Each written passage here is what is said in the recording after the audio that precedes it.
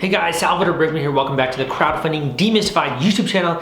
And today I am talking about a completely new topic, which is this idea of tactical empathy. What does that mean? Why am I even covering this? We're gonna cover all of that in today's YouTube video.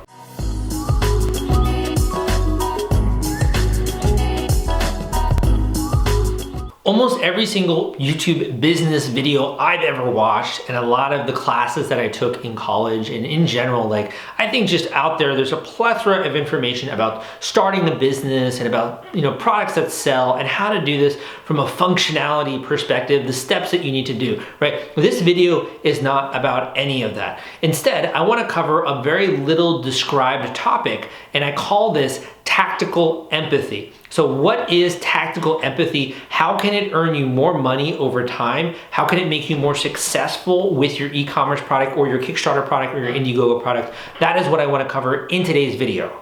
Okay, so rather than thinking about products, which we cover a lot, we focus a lot, we talk a lot about marketing and sales, generating revenue, we talk about getting funding for your Kickstarter or Indiegogo. Rather than that, I want to start with really where all that begins, right? So that all begins with a person, with a human being, with an individual deciding whether or not they're going to buy your product. And even earlier than that, deciding whether or not they're going to pay attention to you online, right? If they're going to even watch one of your ads on Facebook, if they're going to take the second to check out your website, if they're going to watch one of your videos on your Kickstarter campaign page.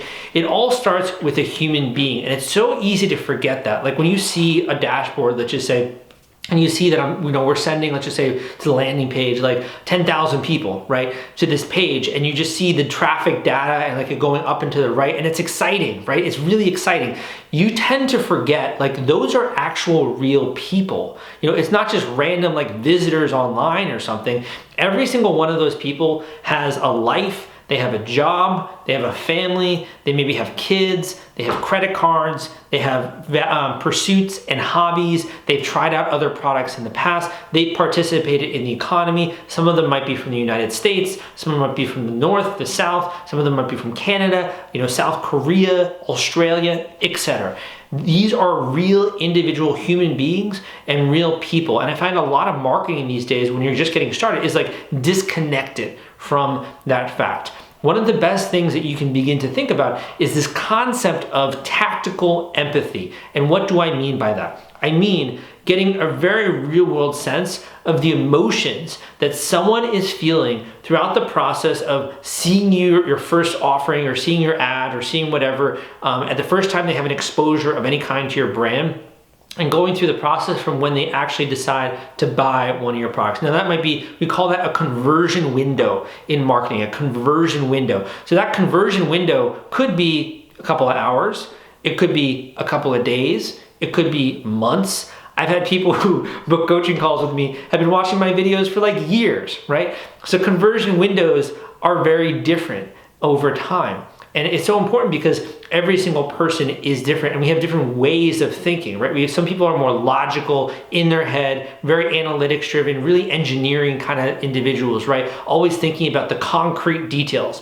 Other people are a bit more of abstract thinkers, always big picture thinkers, right? But thinking about where I want to go and the cool stuff that I want to do. And they're a little bit less of the detail oriented people. So it's very important to keep this into mind. So tactical empathy is all about understanding the emotions that someone is feeling from the very onset of having a contact with your brand to the very end, which is buying a product of yours and then eventually sampling it and using it. And kind of what do those emotions look like? So I'll run through what a not so good emotional scale might be, and then that one is the one that you should expect when it comes to tactical empathy, right? So a not so good scale would be one where someone has a first impression with your brand and they feel like there's something kind of off. It could be with your design, it could be with the type of video that they saw, it could be with the messaging, there's spelling in it or something like that. It feels like something's off. And from that very first exposure, they put a wall up.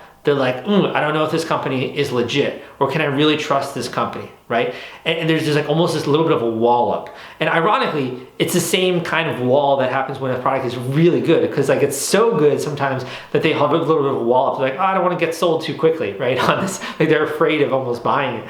for that reason. And you can feel it when you see something you really like a watch. It's like, oh, this is so expensive, but I really want this, but it's so expensive, you know, and you're kind of pulled in a few different directions. If in the beginning stage, you notice, or from metrics, using things like Hotjar is a great app for this, and seeing, you know, how people interact with your site. If you notice that there's a lack of engagement, a lack of attention, and not enough people you're not capturing enough attention, sustained attention over time, that to me is the beginning of a symptom that there's an issue with the marketing, okay? And this is basically the tactical empathy approach of identifying the emotion. One of those emotions is attention. How much attention are we willing to spend on this particular marketing message? So with a video, that could be audience retention time, right, in a Facebook ad. And you can see that. You can see the percentage of people that watch an ad to its completion, right, and sort of get some metrics on that. So those are what I call KPIs, right, KPIs that you have with your marketing team internally, or if you have someone else do the marketing for you. So the first part of tactical empathy is attention. The second is a feeling of surprise, wonder, or like, this is really cool. Every single successful product that I've worked with has generated that emotion where people are commenting like, oh my gosh, this person needs that. And they'll tag their friends in the comment section of that ad, right? Or they'll be like, this is so cool. And they will literally react in that way. Or wow, like, I love this. You know, this is like, take my money, right? When there's that kind of an emotional reaction, very visceral, very strong emotion, or if you're in person, the way that you would notice this is like when someone is playing around with the product, their eyes get big or they smile involuntarily and they're like, you know, that's kind of cool, right? When there is that emotion of surprise, then it tends to really be, I think, a very good beginning point when it comes to, you know, this tactical empathy that I'm talking about here. Another thing that you'll notice from the very early stages is curiosity. So curiosity is an emotion.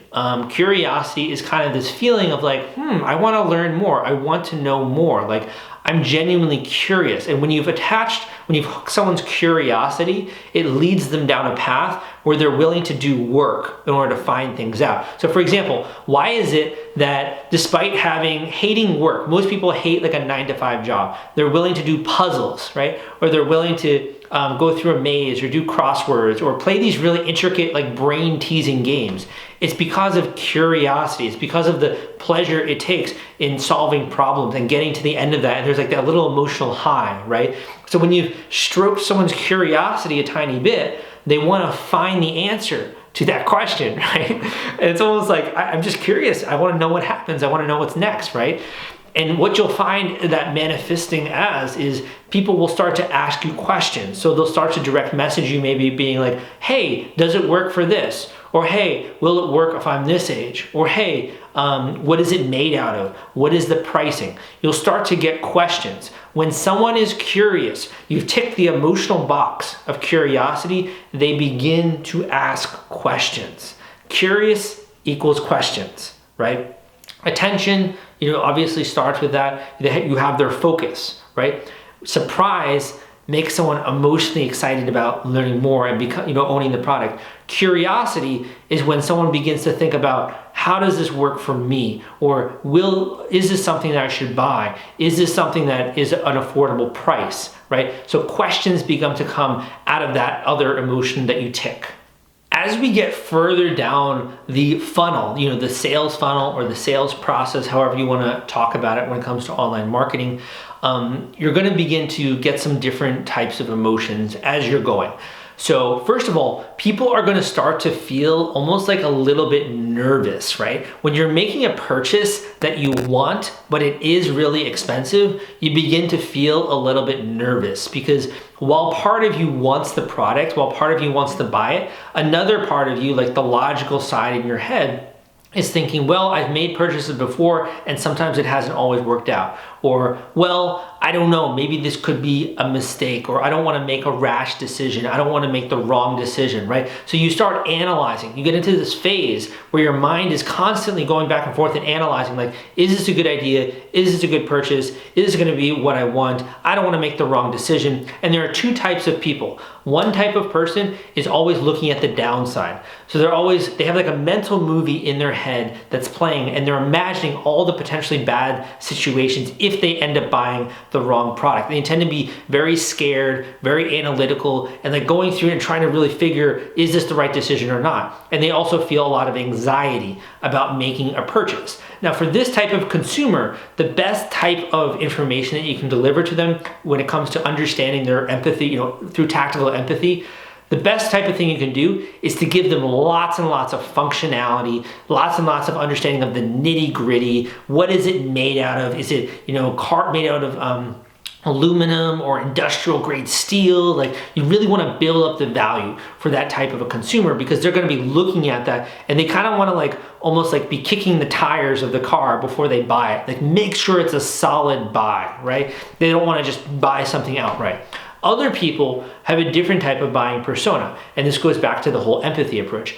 Other people don't really care very much necessarily, or they're not as interested in analyzing and going through pages and pages of information in order to come to a buying decision. Those types of people usually are more excited and looking at the upside of a particular purchase. So for example, if they're buying a new car, usually instead of kicking the tires or looking at the user's manual and getting really a good sense of the make and the mold, instead they're envisioning themselves driving down the highway with the wind in their hair, a really great sunny day, and using the car. So their mind is much more on the future and the positive upside of the product. And usually in marketing, we're going to use storytelling to kind of evoke and to tick those boxes of emotion. So through characters, an actor, for example, in a product pitch video or in a commercial video, you're going to see yourself a little bit in that creator, and it's going to continue to fuel that story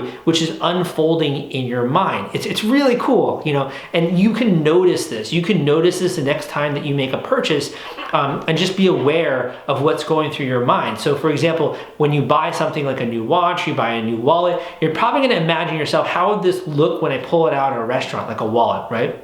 Or how would this look with this particular outfit? And you start to make a mental movie in your head of the positive situations that you're going to see yourself owning that product. And what you do is you actually sell yourself, right, on owning that thing until you get the confidence up to go and to buy it. And once you do buy it, it's almost like a celebration. It's like fun, right? This is where it's fun to be a consumer in our market economy. When you buy something and you finally, there's that little release of all the tension that you felt being built up. You're like, I finally made a decision, right?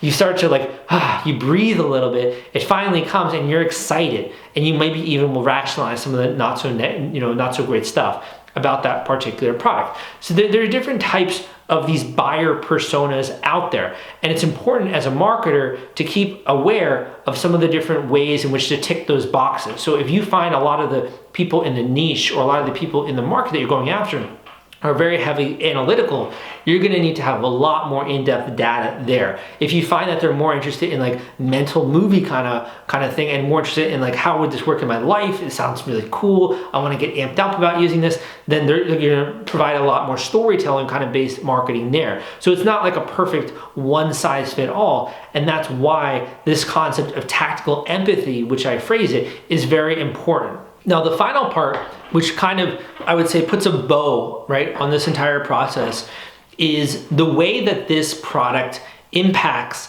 the perceived identity of the individual who has brought it. And what do I mean by that? Let's just say that you're a father and you're maybe late 30s, early 40s, and you're buying a new EDC product. And in your youth, you always love to go camping and bike and outdoors, do kind of stuff, but you just don't really have as much time nowadays to do that. But you love this one new EDC product, right? And you want to go outdoors and use it at some point in time, but you just haven't had very much time. That kind of a product associates with you because of the identity which you had your entire life, which is, I like doing outdoor stuff. I like going jet skiing, skiing, I like going snowmobiling, I like going hiking, right? And you can see yourself, imagining yourself using this EDC product in many different ways, or it makes you feel more competent.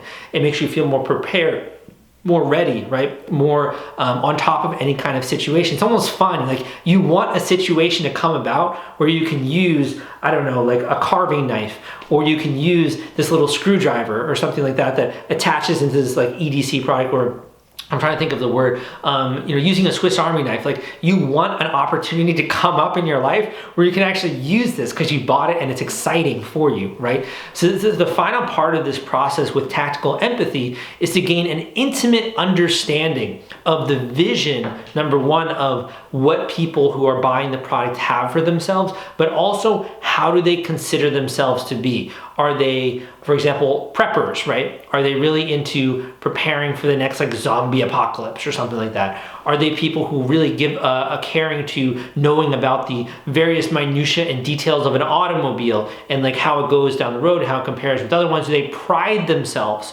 on knowing that kind of a knowledge so that they can talk shop every once in a while? How do they view themselves, and how does your product enhance that view that they have of themselves? A great way to, for example, sell a very luxury kind of a watch, and this is kind of like a classic example, is when you don't have your yacht, you will still have your Arthur Miller watch, right? I love that phrase. It's like when you don't have your car, your really nice car, or you don't have your yacht, you're gonna have this like $100,000 watch on your arm to show everyone just all the success that you've had in your life. And it's so integral to who you are, right? So the more that you can use this tactical empathy approach to gain an intimate understanding of the vision that your customer has of themselves, of how they view their identity, and more importantly, how your product fits into that story in their life and supports their identity that they have for themselves, the better it's going to be. And that's really where a brand comes into play. You know, a person who's buying like, I'm trying to think of like a Supreme clothing, they have a very particular identity that they associate with that brand, right? Someone who's wearing more like hipster style clothing, or someone who makes different choices like having tattoos and stuff, they have a different identity that they associate, and identity is going to associate with other different types of products that are in line with that identity. The more that you understand the identity that a customer has, the better you'll be able to fit your product into that identity. If you give them a feeling of enhancement, and thus they're going to be a lifelong customer with you. They want to buy more stuff with you. I know that like with any kind of a hobby, once you find a product you like, you want to buy lots and lots of different accessories for that kind of a hobby. If you're, for example, you love going biking, all of a sudden you're going to get all the accessories, right, that come with that hobby. And if you really like a particular brand, you think it's high quality, you're mainly going to stay with that brand or stay with that store when it comes to buying lots of accessories from them. So I hope that this video was helpful for you. It was a bit different. It was a little bit more on the psychological side, right, when it comes to empathy and why that is important as a marketer. I hope that you at least took away some meaningful messages from that. And if you did, leave a comment down below. Let me know. Give me a thumbs up. Come subscribe. You can always book a coaching call if you want to talk a little bit more in depth. I also got some great books out there like the Kickstarter Launch Formula, which you can check out down below. But I don't want to take up any more of your time. Thank you so much, and I will see you next time.